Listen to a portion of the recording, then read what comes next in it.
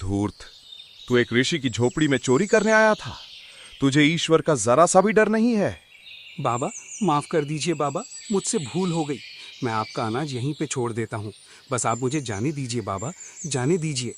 अगर मैंने तुझे माफ कर दिया तो तू इस अन्न का मोल नहीं समझेगा जो तूने मेरे घर से चोरी किया है। इसीलिए मेरा ये श्राप है, तू इसी वक्त तोता बन जा।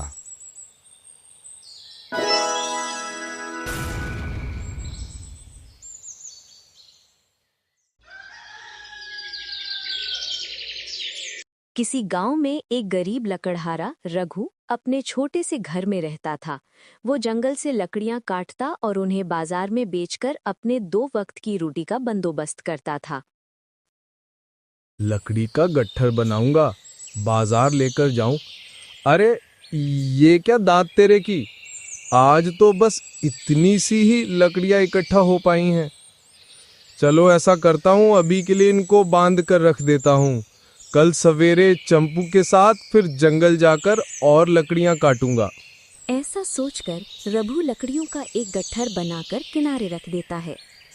अगले दिन सुबह होते ही वो अपने भरोसेमंद गधे चंपू को साथ लेकर फिर से जंगल की ओर चला। मालिक, मैं क्या बोल रहा हूँ, जंगल में अब ज्यादा सूखे पेड़ तो रह नहीं गए। कहीं ऐसा ना हो जाए कि हमें थोड़ी बहुत लकड़ियों के साथ ही घर लौटना पड़े मालिक। हाँ देख चंपू, अब मैं ये सब नहीं जानता कि कितने पेड़ बचे, कितनी टहनियाँ बची, लेकिन भाई परिश्रम करने के सिवा अब हम गरीब लोग और कर भी क्या सकते हैं। जैसे तैसे जो हाथ लगेगा वही लेकर लौटेंगे घर। हाँ, ये बात तो आपने ठीक कही मालिक। चलते चलते दोनों एक सूखे बेजान पेड़ के पास पहुंचे। मालिक, जरा इस सूखे पेड़ पर नजर तो डालो। इसकी लकड़ियां सूखी जरूर है, मगर ये पेड़ बहुत भारी मालूम पड़ता है मालिक। अगर इसे काट कर बेचोगे तो दाम बहुत बढ़िया मिलेगा। हाँ, ये पेड़ सूख चुका है और इसे काटने से किसी को नुकसान भी नहीं होगा। अरे क्या नुकसान मालिक, इस सूखे पेड़ को काटने से भला किसी को क्या ही नुकसान हो सकता है। आप तो काटो, वरना नुकसान अपना ही होगा।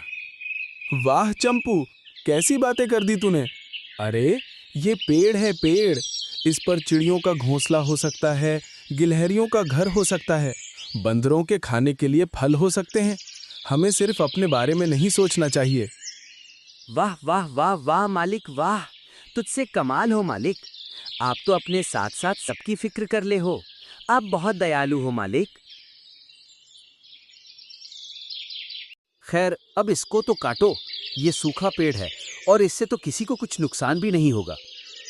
अभी इसको काटता हूं मैं, लगता है आज अच्छी लकड़ियों की व्यवस्था हो जाएगी। वो कुल्हाड़ी उठाकर जैसे ही पहला वार करता है, तभी पेड़ से एक आवाज आती है। अरे रुक जाओ, मेरा घर नष्ट मत करो। अरे चंपू, ये आवाज कहाँ से आई? यहाँ तो हमारे अलावा और कोई भी नहीं है। तभी उसी पेड़ की डाल से एक तोता रघु के सामने आता है और रघु से गुहार लगाता है। मुझ पर दया करो, कृपया मेरे घर को नष्ट मत करो। तुम तोता होकर भी इंसानों की भाषा बोल रहे हो? हाँ, मैं एक श्रापित तोता हूँ, जिससे मैं इंसानों की भाषा में बात कर सकता हूँ। कृपया करके आप मेरे इस घर को मत उजाड़िए। मगर सारे पक्षी तो हरे भरे पेड़ों पर घोंसला बनाते हैं। तू इस सूखे पेड़ पर क्यों आकर बैठा है भाई? और इसी को अपना घर बनाने के लिए क्यों चुना तूने? ये बता पहले तू मेरे को। क्योंकि मैं जन्म से पक्षी नहीं हूँ, मुझे एक ऋषि का श्राप मिला है। मैं भी पहले कभी एक इंसान था। क्या बात कर रहे हो? तुम पहले इंसान थे? अच्छा, तुम हमें अपनी कहानी विस्तार से बताओ। किसने तुम्हें श्राप दिया और क्यों दिया? पहले मैं एक चोर था और रोज की तरह उस दिन भी चोरी करने के लिए निकला था। आज तो कुछ भी हाथ नहीं लगा। काफी समय से बस भटके जा रहा हूँ। हे भगवान, क्या कर रहे हो आप? अरे वाह, इस झोपड़ी में तो कोई है ही नहीं। अंदर जाकर देखता हूँ। अरे यहाँ तो कुछ भी नहीं। लगता है किसी फकीर की झोपड़ी है। हाथ नहीं लगा, फालतू में वक्त बर्बाद कर दिया। लेकिन अरे ये क्या, इतना सारा अनाज। चलो, खाली हाथ जाने से अच्छा है यही उठा लेता हूँ। तू एक ऋषि की झोपड़ी में चोरी करने आया था? तुझे ईश्वर का जरा सा भी डर नहीं है? बाबा माफ कर दीजिए बाबा, मुझसे भूल हो गई। मैं आपका अनाज यहीं पे छोड़ देता हूँ। बस आप मुझे जाने दीजिए बाबा, जाने दीजिए। अगर मैंने तुझे माफ कर दिया तो तू इस अन्न का मोल नहीं समझेगा जो तूने मेरे घर से चोरी किया है। इसीलिए मेरा ये श्राप है, तू इसी वक्त तोता बन जा।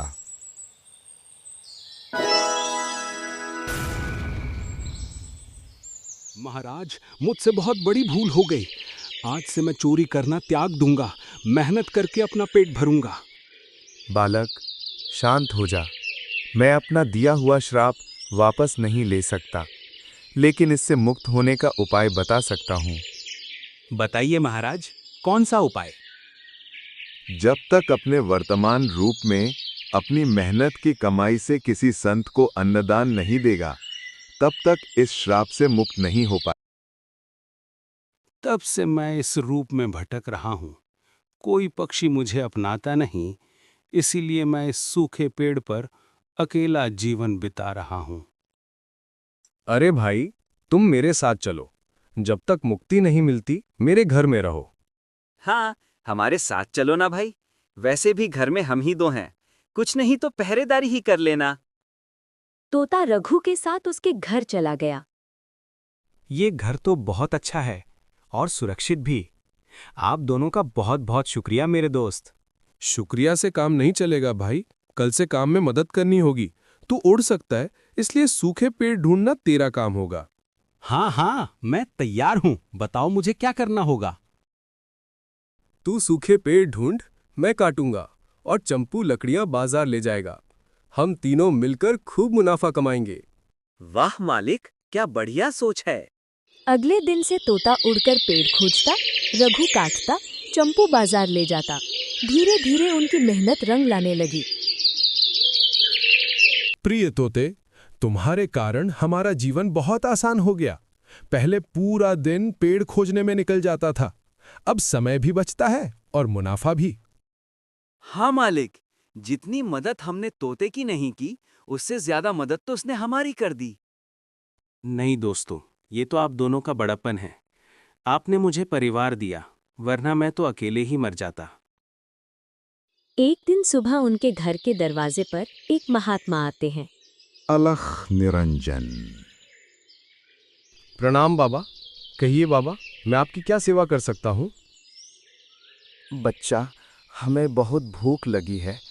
हम यहाँ से गुजर रहे थे तो तुम्हारे खुले दरवाजे देखकर रुक गए।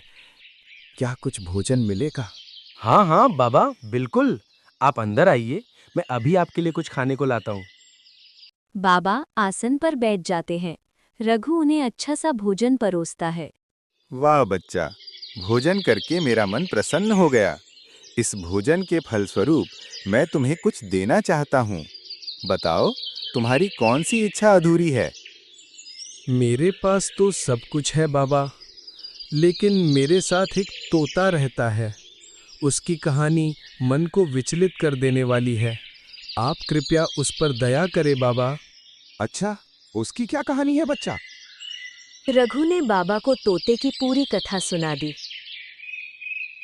इस विषय में तुम बिल्कुल चिंता मत करो बच्चा, लेकिन बताओ, तुम्हें अपने लिए कुछ और चाहिए? नहीं बाबा, बस आप इस तोते पर कृपा कीजिए। तभी तोता और चंपू लौट आते हैं। बाबा, आप यहाँ कैसे? क्या तुम इन्हें जानते हो? हाँ, ये वही ऋषि हैं जिनके श्राप से मैं तोता बना था। इन्हीं के घर में मैं चोरी करने गया था। क्या ये वही ऋषि हैं? बेटा, आज से तुम इस श्राप से मुक्त हुए। तथास्तु।